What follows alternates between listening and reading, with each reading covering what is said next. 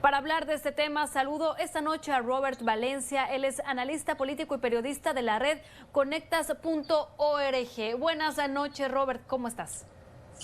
Buenas noches. Primero que todo, muchas gracias por la invitación. Oye, pues tenemos ya este libro que sale a la venta el día de hoy. Podríamos decir que es el tercero que en este año ha sacado a relucir algunas de las partes personales de la vida del presidente Donald Trump, pero también ya dentro de su gestión del país. ¿Qué tanto le podría afectar el de Michael Cohen en su carrera a la reelección? Bueno, obviamente, las encuestas, por lo menos lo que señalan es que Biden lleva una ventaja, holgada sobre Donald Trump. Hay personas que yo creo que hasta la fecha, o por lo menos hasta el día de hoy, ya saben por quién van a votar y hay personas ya se han decantado por el candidato de su preferencia, independientemente de los libros que salgan, independientemente de todas las observaciones que se han visto o que hemos escuchado a lo largo de la presidencia de Donald Trump. No sé qué tanto efecto puede llegar a tener específicamente en personas que tienen una visión más recalcitrante, un poco más afines con lo que ha propuesto Donald Trump. Algunos dicen que Donald Trump es un presidente teflón. Yo no sé qué tanto es ese efecto, porque si hay algo que sí es cierto, es que el presidente ha tenido un nivel de popularidad estable, y no me refiero ni muy alto ni muy bajo, siempre ha estado entre el 45, 44, entre el 49 y 45%, que no es muy alto, pero se ha mantenido. Así que no sé qué tanto puede llegarlo a afectar, porque como vuelvo y menciono, la popularidad del presidente se mantiene como tal, pero sí hay algo que, pues, digamos, es revelador en el sentido de que muchas de las historias que surgen de las personas que han sido colaboradores de Donald Trump, pues alcanzan este momento coyuntural. No solamente como Michael Cohen, que ha sido, como él mismo lo revela en su libro, una persona que prácticamente yo no sé si decirlo crió, pero sí es una persona que estuvo al amparo de Donald Trump por muchísimos años. Pero vemos, por ejemplo, el caso de John Bolton, que fue el consejero de la Casa Blanca, que también hace unas revelaciones bastante contundentes, y bueno, también mencionando lo que ha dicho los familiares más cercanos de Donald Trump. Y volvemos a este punto de convergencia en donde pues todo el mundo, no todo el mundo tiene las mejores opiniones de Donald Trump como persona, como empresario y bueno, muchísimo menos como presidente. Pero no sé qué tanto puede llegar a cambiar realmente en aquellas personas que todavía se muestran, afines y que apoyan muchas de las cosas que Donald Trump ha propuesto y que va a seguir proponiendo de cara a las elecciones de noviembre. Mira, Robert, ya lo decías, Michael Cohen tuvo mucha cercanía con el presidente Donald Trump, pero hablamos de qué grado de profundidad, es decir, qué tanto conocía Cohen al presidente estadounidense como para revelar esto que ahora sale en estas páginas. Bueno, pues él era una de las personas que manejaba básicamente los negocios de Donald Trump, e incluso se encargó, como bien lo revela el libro, de, de negociar estos pactos de silencio con algunas estrellas del cine adulto, como el caso de Stormy Daniels, y bueno, otros tipos de fraude, que fue precisamente lo que lo ha llevado a la cárcel y que va a tener que seguir cumpliendo esa condena por cerca de 3 años. Y bueno, en el libro también vemos, por ejemplo, una foto bastante reveladora de lo que es Donald Trump. Realmente este libro muestra y reconfirma lo que es Donald Trump, una persona que le teme mucho a la burla. Y yo creo que el hecho de que Barack Obama se haya burlado de él en aquel icónico momento en Washington, cuando él hacían esa reunión de los corresponsales, que es una tradición en Washington, ese momento en el cual Barack Obama se burló de Donald Trump, pues él no le perdona ese momento, y yo creo que se ve reflejado en ese libro que ha publicado Michael Cohen, esa foto en donde supuestamente una persona que personifica a Barack Obama está sentado frente a Donald Trump, y Donald Trump lo despide. Y es una temática bastante interesante. Yo creo que eso también revela mucho de cómo él trata a sus enemigos, de cómo él trata a las personas que él no ve como un igual. Y esto lo vimos precisamente, por ejemplo, también en otro momento revelador la semana pasada, cuando este artículo de la revista The Atlantic hablaba de cómo él se refería a los militares caídos en las guerras y de John McCain, que también no solamente fue un político importante de Estados Unidos, sino que también fue un prisionero de guerra estadounidense. Así que todo muestra un conjunto de situaciones en las cuales se sostiene y solidifica la personalidad de Donald Trump, un hombre que tiene un desdén por Barack Obama, pero que también tiene una afinidad con Vladimir Putin, que eso precisamente lo revela en el libro de Michael Cohen.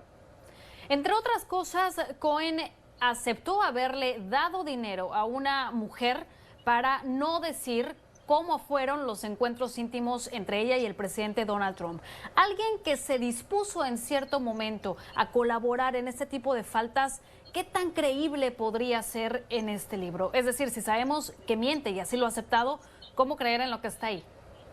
Sí, esa es una de las grandes incógnitas de todos estos libros, de todos los libros que hemos leído, ¿no? Y en ese libro de Michael Cohen también él hace un acto de contrición, ¿no? Él hace una observación propia de su persona y dice, bueno, yo no, digamos, él decía que él también es culpable de cierta manera de haber hecho parte de muchas de las cosas que hacía o que ha hecho Donald Trump a lo largo de su vida. Pero esa es uno de los grandes interrogantes, es cómo todas estas personas, y no solamente en el caso de Michael Cohen, en el caso de John Bolton, en el caso de Omarosa Manigault, en el caso de Anthony Scaramucci, todas estas personas que estuvieron alrededor de él, de cierta manera sacan ventaja. Yo creo que eso es algo que es también revelador, es todas estas personas que están alrededor de Donald Trump, que se sienten atraídas por ese poder, por, digamos, su personalidad y un culto a la personalidad. Yo creo que eso también es algo que gusta dentro de ese círculo de Donald Trump, y sacan libros, firman jugosos contratos, pero realmente no han hecho nada. Es decir, sacrifican su moral, sacrifican sus principios, si es que los tienen, y trabajan con esta persona que realmente en el libro también, como lo revela, tiene un lenguaje mafioso, ¿no? Hablaba también en ese libro de un periodista de la cadena NPR, en donde él hablaba con un lenguaje como si fuera Corleone, por ponerlo de esa manera.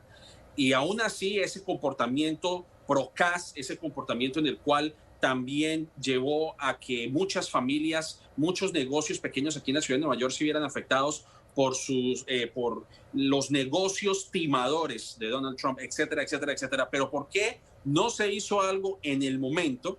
Y ahora vemos un presidente que está en la cúspide del poder, que puede ser reelegido. Vamos a ver si eso llega a ocurrir en noviembre, y que ahora tiene un poder enorme en sus manos. Y ahora pues estamos enfrentando esa situación, y ahora lo que estamos viendo son revelaciones en los libros, pero ¿por qué no se hizo nada al respecto? Y eso es algo que los autores de todos estos libros pues no han logrado contestar. Y esa es obviamente, eso es uno de los interrogantes que para mí es lo que queda sobre la mesa. En este libro también viene, Robert, la manera en que Donald Trump se refiere a la comunidad hispana, diciendo que son estúpidos, tan estúpidos que no podrían votar por él.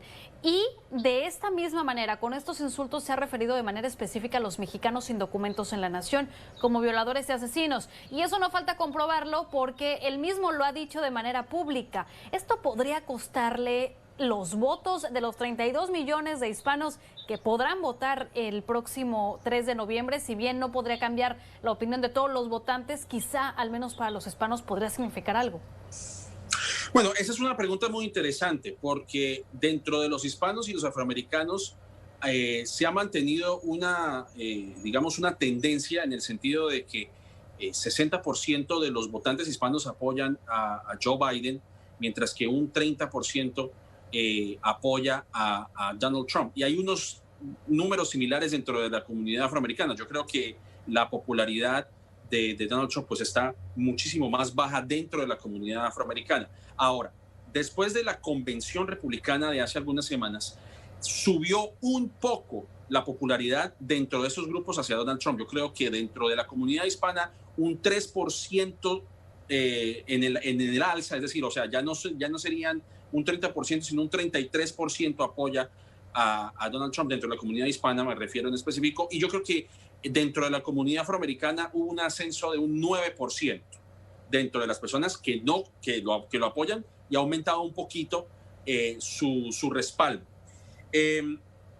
Yo creo que eso es lo que le hace falta a Donald Trump, por lo menos, decirlo de una manera coloquial, arañar un poco esos votos de los hispanos y de los afroamericanos para volverse a reelegir, porque hay una tendencia aquí en Estados Unidos, y no sé si esa tendencia se vaya a cumplir ahora en noviembre, pero desde la presidencia, o por lo menos desde las campañas del año 80, las personas blancas en Estados Unidos han votado por candidatos republicanos.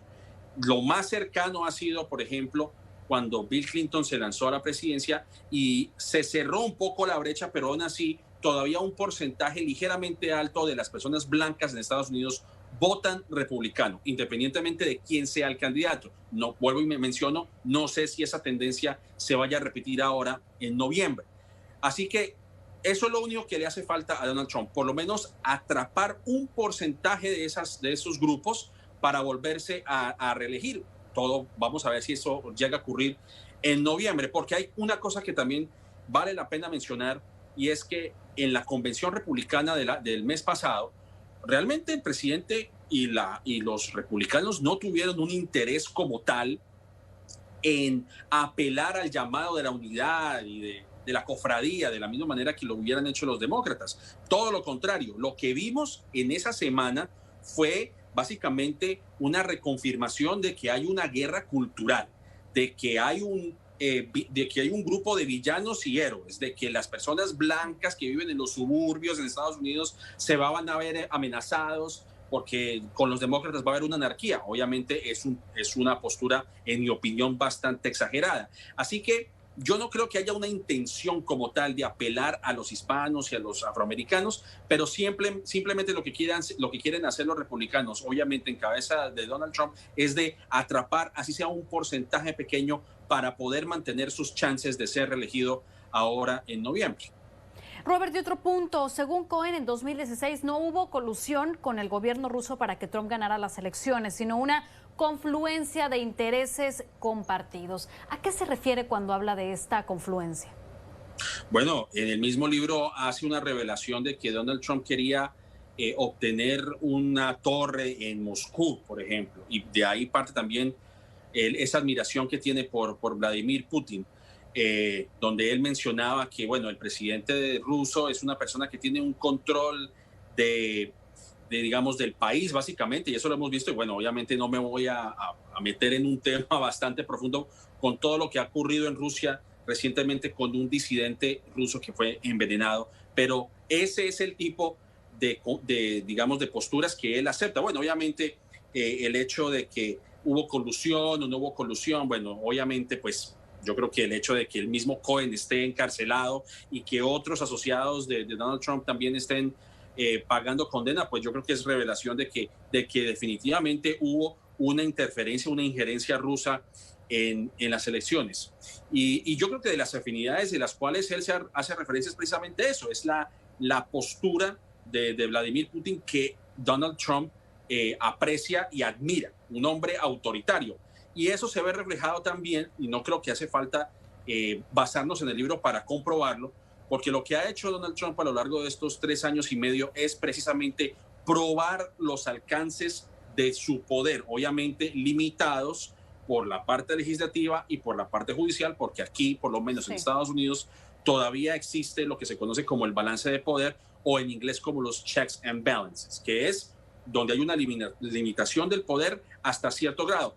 Sin embargo, eso no le impide a Donald Trump hacer jugadas aquí y allá. Bueno, él obviamente bromea, bueno, vamos a extender mi dinastía por 12 años, etcétera, etcétera. Y obviamente entre chiste y chanza, pero obviamente eso es lo que él anhela realmente. Claro. De lo contrario, no estaría haciendo ese tipo de bromas. Así que yo creo que más allá de que si hay colusión, de que si hubo una integración, de que si hubo una injerencia, pues obviamente yo creo que también va más allá de una admiración por un presidente tan autoritario como lo es Vladimir Putin. Bien, Robert, pues yo agradezco estos minutos, un libro que seguramente acaparará parte de la agenda del presidente Donald Trump y las preguntas en las próximas semanas. Gracias por tu tiempo, Robert Valencia, analista político y periodista de la red Conectas.org. Gracias.